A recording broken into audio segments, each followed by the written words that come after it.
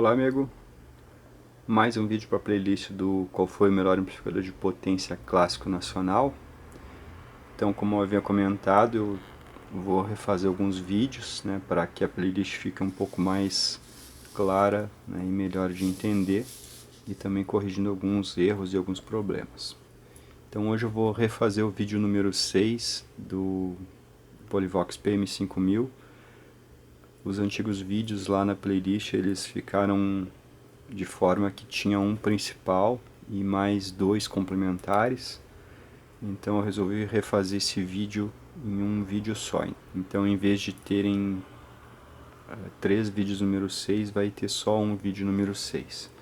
Então nesse vídeo a gente vai verificar o tempo de subida do amplificador, a taxa de variação, é o slew rate, e o deslocamento de fase em 20 Hz e 20 kHz. Então todo amplificador tem um tempo de subida, e o próprio gerador de funções, gerador de áudio que eu estou usando aqui também tem um tempo de subida, mas como ele se trata de um gerador de áudio, ele é bem rápido nesse tempo de subida. Então eu estou entrando aqui com onda quadrada, e estou monitorando a entrada e estou monitorando a saída, tá? Então a gente vai verificar quanto que é o tempo de subida do Polivox PM5000. A gente vai olhar aqui no osciloscópio, tá 20 kHz. A gente vê aí a onda de entrada e a onda de saída, Elas estão ali.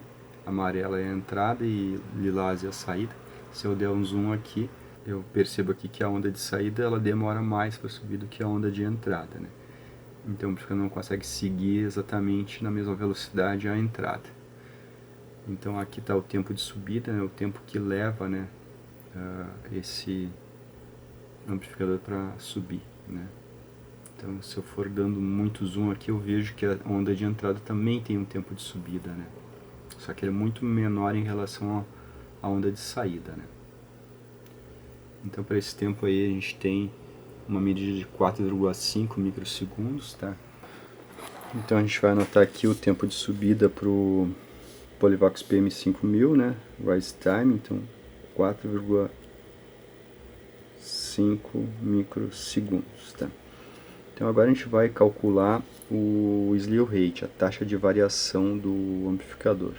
Então todo amplificador tem um slew rate, uma taxa de variação, que é a quantidade de volts que a saída do amplificador consegue variar em 1 microsegundos. Então para isso a gente vai usar um cálculo, tá?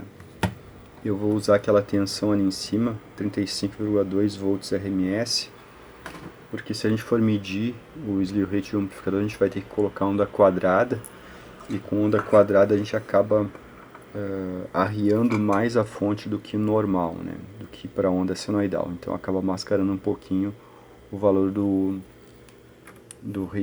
slew rate, tá? Então eu vou fazer o seguinte cálculo. Eu vou iniciar aqui com 3 parênteses já.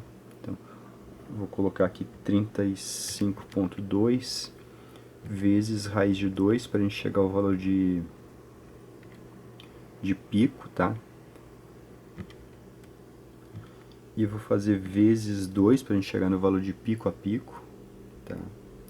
E vou fazer vezes 0,8 para a gente pegar 80% dessa onda aqui, tá?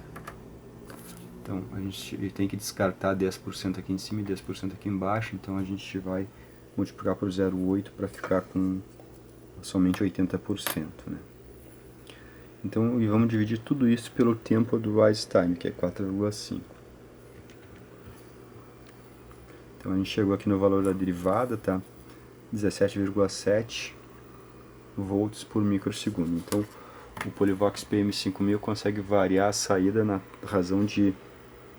taxa, no caso, de 17,7 volts por microsegundo.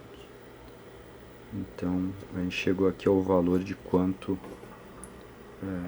é rápida a saída do amplificador, tá? Então agora a gente vai fazer o outro teste, que é o deslocamento de fase em 20 Hz e em 20 kHz, tá? Como eu já estou aqui em 20 kHz, eu vou trocar para senoidal, tá? E vou medir aqui quanto que é o deslocamento, tá? Então todo amplificador insere essa distorção de deslocamento de fase, né? E a gente pode medir isso, né? Então, como eu já estou aqui em 20 kHz, eu vou verificar aqui em 20 kHz quanto que é essa defasagem. Notem aqui que a onda de saída, que é a lilás, está um pouco defasada em relação à onda de entrada, no caso está atrasada, né? Então esse aí é o atraso de fase, né? A gente verifica aqui que é mais ou menos 14 graus, né? Então vamos anotar aqui. Então para 20 kHz a gente tem mais ou menos 14 graus. Tá? Agora a gente vai passar para 20 Hz, né? Aqui era na região dos agudos, agora a gente vai passar para a região dos graves, que é 20 Hz. Tá? Vou trocar aqui. Já estou aqui em 20 Hz. Então a gente tem aqui uma outra situação, né? Que agora a gente tem... Estou alinhando aqui para a gente poder ver melhor. A gente tem a onda de saída adiantada em relação à onda de entrada, né? E a gente pode medir, né, esse defasamento por aqui, ó, mais ou menos 322 graus, tá? Só que a gente vai ter que agora, como eu não inverti as ponteiras do osciloscópio, a gente vai ter que diminuir isso de 360, tá? Então 360 menos 322, a gente tem 38 graus de defasagem, tá? Na região aqui dos graves. Então, aqui 38 graus, tá? Na região dos graves e 14 graus na região dos agudos, tá? Então, o PM5000 ele dá uma defasada grande aqui na região dos graves, né? Ou seja, a onda acaba sendo antes. Então, os graves são, por exemplo, em relação aos médios, né? 1 kHz. Em relação aos médios, o PM5000 ele adianta os graves em 38 graus, né, na região de 20 Hz, e ele atrasa os agudos em 14 graus na região dos 20 kHz. Tá? Então, esse aqui não é tão grande, mas esse aqui é um adianto muito grande de fase. Né? Bom, mas isso não é um ruído, não é um som desagradável, tá? Isso são só apenas distorções de tempo. Todos os amplificadores têm essas distorções de tempo, né? Uns têm mais do que os outros, né? Então o ideal é que não tivesse adianto e nem atraso, né? Mas amplificadores reais têm isso, né? Um amplificador ideal não teria essas distorções aqui, tá? Sempre frisando que distorção não é sinônimo de ruído, tá? Nem toda distorção é desagradável. Essa aqui, por exemplo, não é desagradável, né? Então é isso sobre a velocidade do Polivox PM5000. Tá? Um abraço.